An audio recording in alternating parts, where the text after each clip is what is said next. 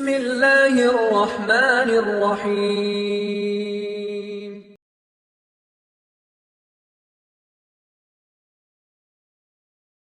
அல்லாஹ்வுடைய தூதர் முஹம்மது ரசூலுல்லாஹ் ஸல்லல்லாஹு அலைஹி வஸல்லம் சொன்னார்கள், ஸலாஸத்துன் ஹக்குன் அலல்லாஹி அவுனுஹும். இந்த மூன்று பேருக்கு உதவி செய்வது அல்லாஹ் தன் மீது கடமையாக்கிய கடமை. அதிலே ஒருவர் யார்? வன்னாகிஹுல் லதீ யுரீதுல் அஃபாஃப். சுப்ஹானல்லாஹ். தன்னுடைய கற்பை பாதுகாப்பதற்காக யார் ஒருவன் திருமணம் செய்கிறானோ இவனுக்கு உதவி செய்வது அல்லாஹ் தன் மீது கடமையாக்கிய கடமை. அல்லாஹ் அக்பர். ஒரு தன் கற்பை பாதுகாப்பதற்காக திருமணம் செய்தால் அல்லாஹ் அவனுக்கு நிச்சயமாக உதவி செய்வான். அல்லாஹ்வுடைய தூதர் முஹம்மது ரசூலுல்லாஹ் ஸல்லல்லாஹு அலைஹி வஸல்லம் சொன்னார்கள். நம் தபரானி ரஹிமஹுல்லாஹ் அவர்கள் அறிவிக்கின்றார்கள், நம் ஷேக் அல்பானி ரஹிமஹுல்லாஹ் ஹஸனுடைய தரத்திலே இந்த ஹதீஸை கொண்டு வருகிறார்கள். மன் தஸவ்வஜ, யார் ஒருவன் திருமணம் செய்தால் ஃபகத் இஸ்தக்மல நிஸ்ஃபுல் ஈமான், அவன் ஈமானின் பாதியை முழுமைப்படுத்துகிறான். ஒருவன் திருமணம் செய்தால் அவன் ஈமானின் பாதியை முழுமைப்படுத்துகிறான். ஃபல்யத்தகில்லாஹ ஃபி நிஸ்ஃபில் பாகி, மீதி இருக்கக்கூடிய பாதியில் அவன் அல்லாஹ்வை பயந்து கொள்ளட்டும். அல்லாஹ்வுடைய தூதர் முஹம்மது ரசூலுல்லாஹ் ஸல்லல்லாஹு அலைஹி வஸல்லம் சொன்னார்கள், அல்லாஹ் கூறுகிறான், வ அன்கிஹுல் அயாமா மின்கும் வஸ்ஸாலிஹீன மின் இபாதிக்கும் வ இமாயிக்கும். உங்களுடைய ஆண் பெண் அடிமைகளுக்கு நீங்கள் திருமணம் செய்து வையுங்கள். யகூனு ஃபுகரா, அவர்கள் ஏழைகளாக இருந்தால் அல்லாஹ் ரப்புல் ஆலமீன் யுக்னிஹிமுல்லாஹு மின் ஃபத்லிஹ், இந்த திருமணத்தின் மூலமாக அல்லாஹ் அவர்களை செல்வந்தவனாக மாற்றுவான். சுப்ஹானல்லாஹ். அல்லாஹ்வுடைய அருள் இருக்கிறது, அல்லாஹ்வுடைய உதவி இருக்கிறது, அல்லாஹ்வுடைய பரக்கத் இருக்கிறது. அல்லாஹ் அவர்களுடைய வாழ்வாதாரத்தின் செல்வத்தை அதிகப்படுத்துவான் இந்த நிக்காஹின் மூலமாக என்று அல்லாஹ்வுடைய மார்க்கத்திலே இந்த நிக்காஹுக்கு குர்ஆனும் சுன்னாவும் அதிகமான சிறப்புகளை கொடுத்து கொண்டிருக்கிறது. அல்லாஹ்வுடைய தூதர் முஹம்மது ரசூலுல்லாஹ் ஸல்லல்லாஹு அலைஹி வஸல்லம் சொன்னார்கள், யா மஅஷரஷ் ஷபாப், வாலிபர்களே. யாருக்கு அழைப்பு? திருமணம் செய்யாத வாலிபர்கள்லாம் கொஞ்சம் கையை உயர்த்துங்க. நீங்க திருமணம் செய்யலையா? ரெண்டாவது செய்யலையோ? முதல் திருமணம் செய்யாதவங்களாம் கையை உயர்த்துங்க.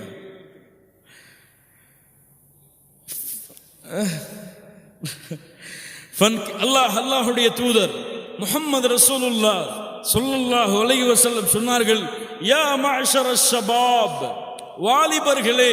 நேரடியாக அழைப்பு. முஹம்மது ரசூலுல்லாஹ் எம்மிடத்தில் பேசுகிறார்கள், மன் இஸ்ததாஅ மின்குமுல் பாஅத ஃபல்யதஸவ்வஜ்.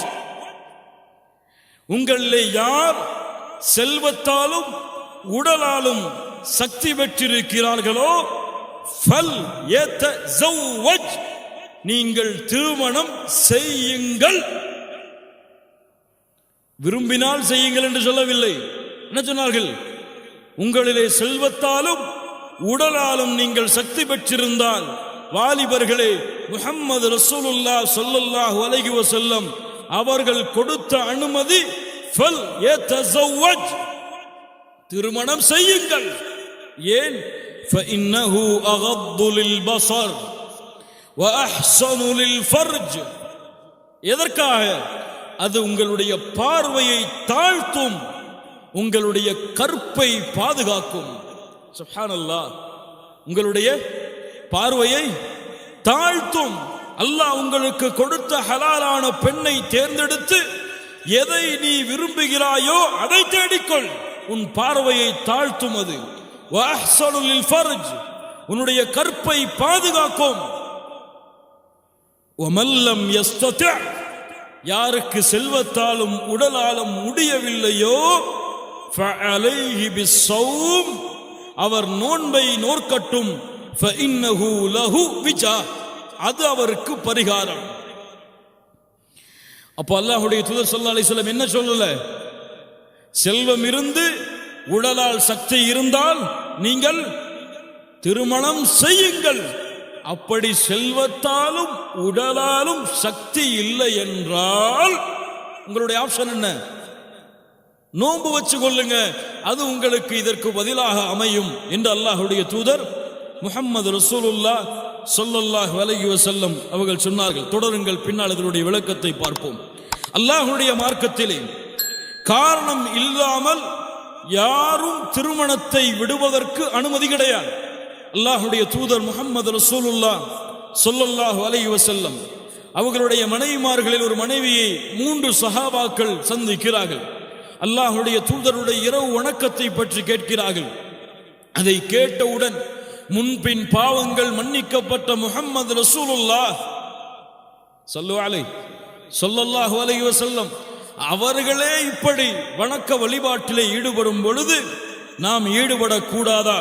அதனால் ஒருவர் சொன்னார், நான் பெண்களை திருமணம் செய்ய மாட்டேன், இனிமேல் வணக்க வழிபாட்டிலேயே வாழ்க்கையை கழிக்கப் போகிறேன். இன்னொருவர் சொன்னார், நான் பகலெல்லாம் சாப்பிட மாட்டேன், முழுவதுமாக நோன்பை நோக்கப் போகிறேன். இன்னொருவர் சொன்னார், நான் இரவெல்லாம் உறங்க மாட்டேன், விழித்திருந்த அல்லாஹுவை வணங்குவேன். அல்லாஹ்வுடைய தூதருக்கு இந்த வார்த்தைகள் கேள்விப்படுகிறது. சொன்னார்கள், மா பாலு அக்வாமின் காலு கதா வ கதா, இந்த கூட்டத்திற்கு என்ன நேர்ந்தது? இப்படி கூறுகிறார்களே. லக்கின்னி உஸல்லி வ அனாம், இரவிலே நானும் தொழுகிறேன், இரவிலே சிறிது நேரம் நான் உறங்குகிறேன். வ அஸூம், சில நாட்கள் நான் நோன்பு வைக்கிறேன். வ உஃப்திர், சில நாட்கள் நோன்பை விடுகிறேன். வ அத்தஸவ்வஜுன் நிஸா, பெண்களை நான் திருமணம் செய்கிறேன். ஃபமன் ரகிப அன் சுன்னதி ஃபலைஸ மின்னி, யார் என் வழிமுறையை புறக்கணித்தாரோ அவர் என்னை சார்ந்தவர் அல்ல. ஃபஇன்னி அத்தஸவ்வஜுன் நிஸா, பெண்களை நான் திருமணம் செய்கிறேன். யார் என் வழிமுறையை புறக்கணித்தாரோ அவர் என்னை சார்ந்தவர் இல்லை. கண்ணியத்துக்குரிய என் அன்பு சகோதர சகோதரிகளே, இதன் மூலமாக அல்லாஹ்வுடைய மார்க்கத்திலே முஸ்லிமான ஆணுக்கும் பெண்ணுக்கும் உள்ள சட்டம் என்னவென்றால், யகூனு வாஜிபன், ஒரு ஆணின் மீது திருமணம் கடமையாகும்.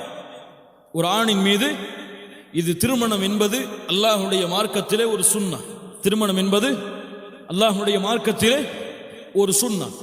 இந்த சுன்னா எப்போது ஒரு முஸ்லிமான ஆணுக்கும் பெண்ணுக்கும் கடமையாக மாறும் என்றால், மார்க்க அறிஞர்கள் சொல்லுகிறார்கள், எப்போது அவர் தன்னுடைய இச்சையை கட்டுப்படுத்த முடியாமல் ஜினாவில் விழுந்து விடுவார் என்று செல்வமும் உடல் வலிமையும் இருந்து பயந்தால், செல்வமும் உடல் வலிமையும் இருக்கிறது, ஆனால் வேறு தடங்கல்கள் அவர் திருமணத்திற்கு இருக்கின்ற காரணத்தால் அவர் திருமணத்தை விட்டு ஒதுங்கி வாழ்கிறார் என்றால், இவருக்கு ஒதுங்கி வாழ அனுமதி கிடையாது.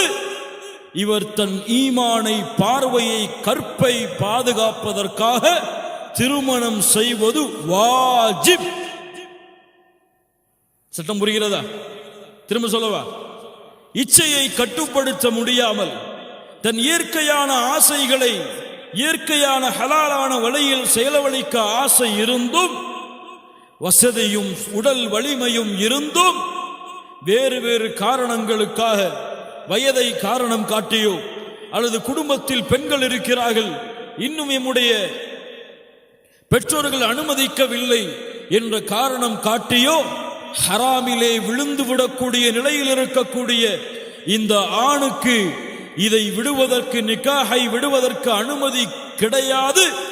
ஹராமிலே விழுந்து விடக்கூடிய சூழ்நிலை இருக்கும் காரணத்தால், உடல் வலிமையும் செல்வமும் இருக்கின்ற சூழ்நிலையால் இவர் திருமணம் செய்வது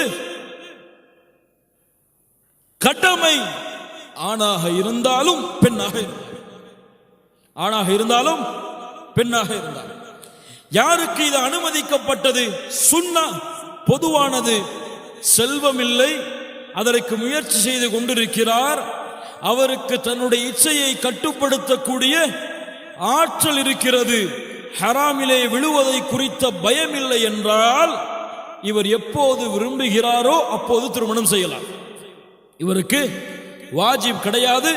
இவர் எப்போது விரும்புவாரோ அப்போது திருமணம் செய்யலாம். அடுத்த பிரிவு யார் என்றால், யாருக்கு செல்வம் இருக்கிறது ஆனால் இயற்கையான ஆசைகள் இல்லை, அல்லது இயற்கையான ஆசைகள் இருக்கிறது செல்வம் இல்லை என்றால், இவருக்குரிய சட்டத்திலே மார்க்க அறிஞர்கள் 2 குழுக்களாக பிரிகிறார்கள். ஒரு கூட்டம் சொல்கிறது, இயற்கையான ஆசை இல்லாதவர்கள் திருமணம் செய்வது அனுமதிக்கப்பட்டதுதான், ஆனால் அதை விட்டு விலகி இருப்பது அதைவிட சிறந்தது. அந்த பெண்ணுக்குரிய கடமையை நிறைவேற்ற முடியாமல் இருக்கக்கூடிய இவர் அந்த திருமணத்தை விட்டு விலகி இருப்பது திருமணம் செய்வதை விட சிறந்தது. செல்வம் வசதி இருந்து ஹராமிலே விழுந்து விடுவார் என்று பயமுள்ள எல்லா ஆண்களுக்கும் பெண்களுக்கும் கடமை திருமணம் செய்வது. செல்வம் இல்லை, வசதியும் இல்லை, உடல் வலிமையும் இல்லை என்றால் இவர்கள் எப்போது அதை அடைகிறார்களோ அப்போது விரும்புவது போல திருமணம் செய்யலாம். ஹலாலிலே நிலைத்திருப்பார்கள், ஹராமிலே விழமாட்டார்கள் என்ற பயம் இல்லை என்றால், இயற்கையான ஆசைகள் இல்லாத ஆணோ பெண்ணோ திருமணம் செய்வது அனுமதிக்கப்பட்டதுதான். ஆனால் அதைவிட சிறந்தது திருமணத்தை விட்டு விலகி வாழ்வது. இந்த சட்டங்களைத்தான் மேலே குறிப்பிட்ட வசனங்களை கொண்டும் ஹதீசுகளை கொண்டும் எம்முடைய மார்க்க அறிஞர்கள் எமக்கு தொகுத்து தருகிறார்கள். இன்று முஸ்லிம் சமூகத்தை பார்க்கிறோம். நிதர்சனமான உண்மை என்னவென்றால், இஸ்லாமிய சமூகத்திலே ஒரு ஆணுக்கு திருமணம் எப்போது முடித்துக் கொடுக்கப்படுகிறது?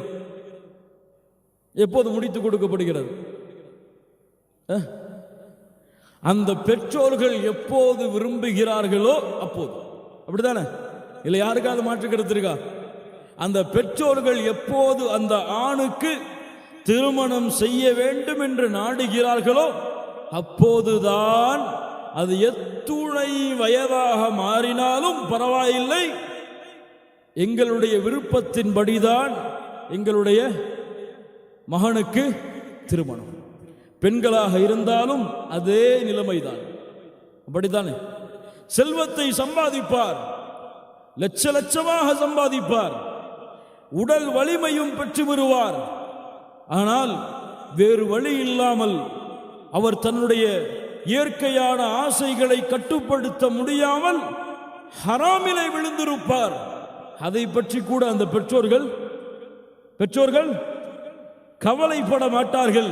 ஆனால் இவரை ஹராமிலிருந்து தடுத்து ஹலாலை செய்ய வைப்பதற்கு அந்த பெற்றோர்கள் தயங்குவார்கள் அல்லது பயப்படுவார்கள். என்ன இந்த வயசிலேயே கல்யாணம்? 22 வயசு 23 வயசு தானே ஆயிருக்கு. இன்னும் என் புள்ள சின்ன புள்ள தானே.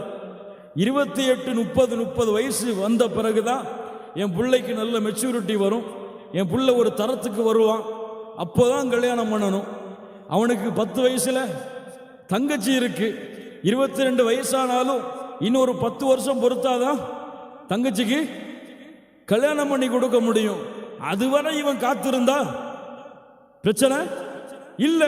அவனுக்கு என்ன அவ்வளவு அவசரம்? இருக்கட்டுமே கல்யாணம் முடிக்காமன்னு சொல்லிதான். இல்ல மஷா அல்லாஹ், எம்முடைய பெற்றோர்களுடைய எல்லா பெற்றோர்களும் இல்ல மஷா அல்லாஹ், அல்லாஹ் பாதுகாத்தவர்களை தவிர எல்லோரின் முடிவும் இதுதான். அப்படிதானே?